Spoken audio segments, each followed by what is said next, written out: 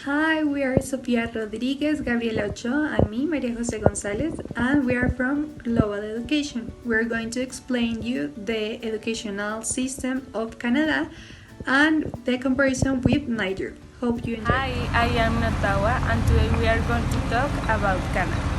Canada is a country located in the most northern area of America with a population that already exceeds 35 million inhabitants and whose capital is the city of Ottawa.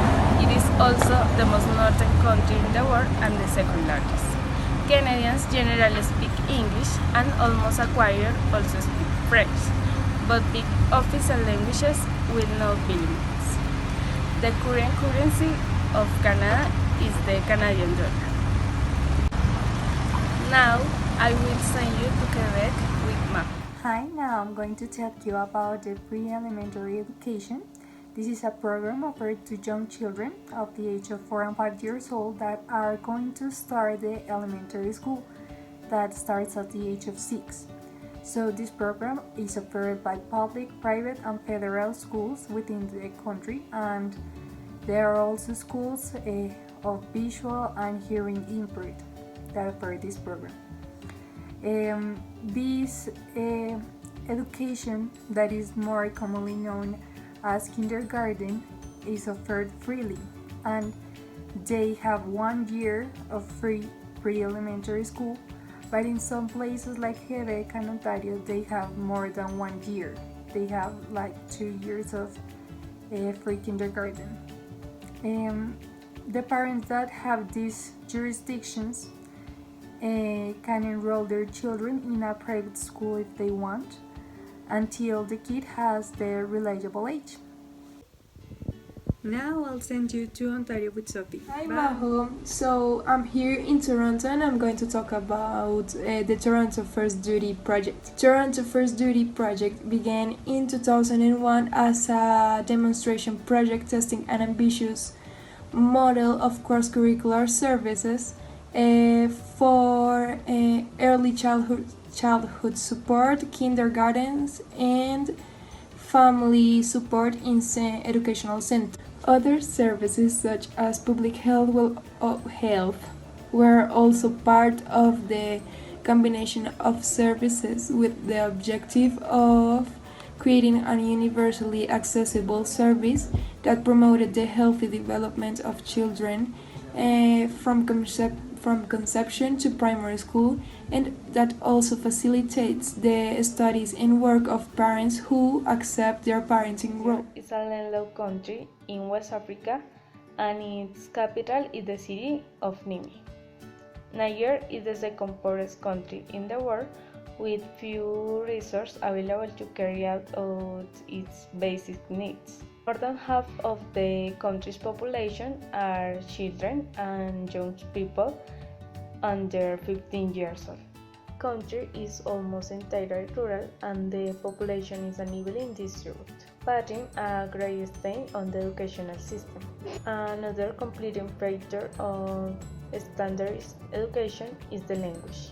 French is the official language, but at least 5 principal indigenous languages are also spoken and represent the major ethnic groups. One unified factor is the religion, as 18% of the population are Muslim.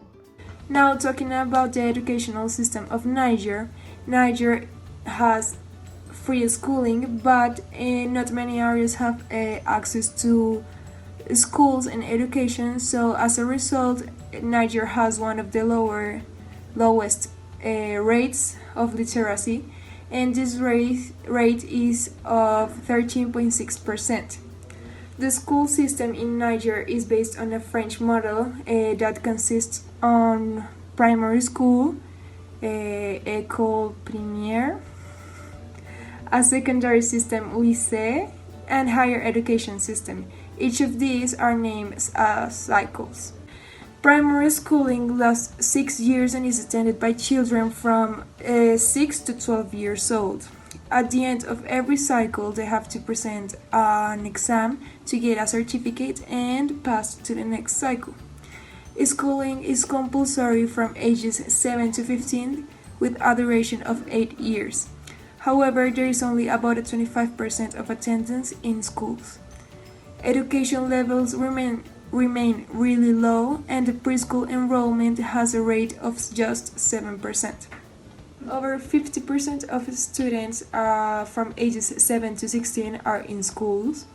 Fewer than 60% of students pass to secondary school after finishing primary, and only 20% of students finish the cycles. Fewer than 8% of children end up primary with a sufficient level of literacy and numeric skills. And nowadays, some schools are trying to involve girls more into classrooms. However, the difference of enrollment from boys and girls continue to be highly different. 51.57% and 48.43%. Hi, now I'm going to talk to you about the Niger Educational Program. It is a program for children of 9 to 13 years old. It is a program of 4 years of education to children who have never been to the school or the ones who have dropped out very early. As you know, 3 out of 10 boys have never been to the school, and 4 out of 10 girls have never had an education. So this program helps to continue their studies and to train into a profession. The strengths of this program are that 1,200 of children and adolescents have a benefit of this educational program, and it has a particular attention to girls' education. Also, the teachers adapt their realities and needs to the children because it is taught in French, that is the official language, and in their local language. And also they can have some courses like sewing and agriculture.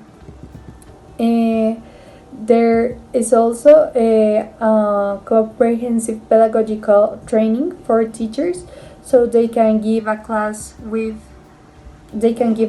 class. Now, comparing both educations, we can say that in the Niger education there's a current disadvantage in the gender between men and women, where men go to school and the women go to do homework and don't have an academic education. The early years for children are especially vulnerable. Maternal mortality is really high, with 1 in 187 women that dies in childbirth, during pregnancy, or after delivery.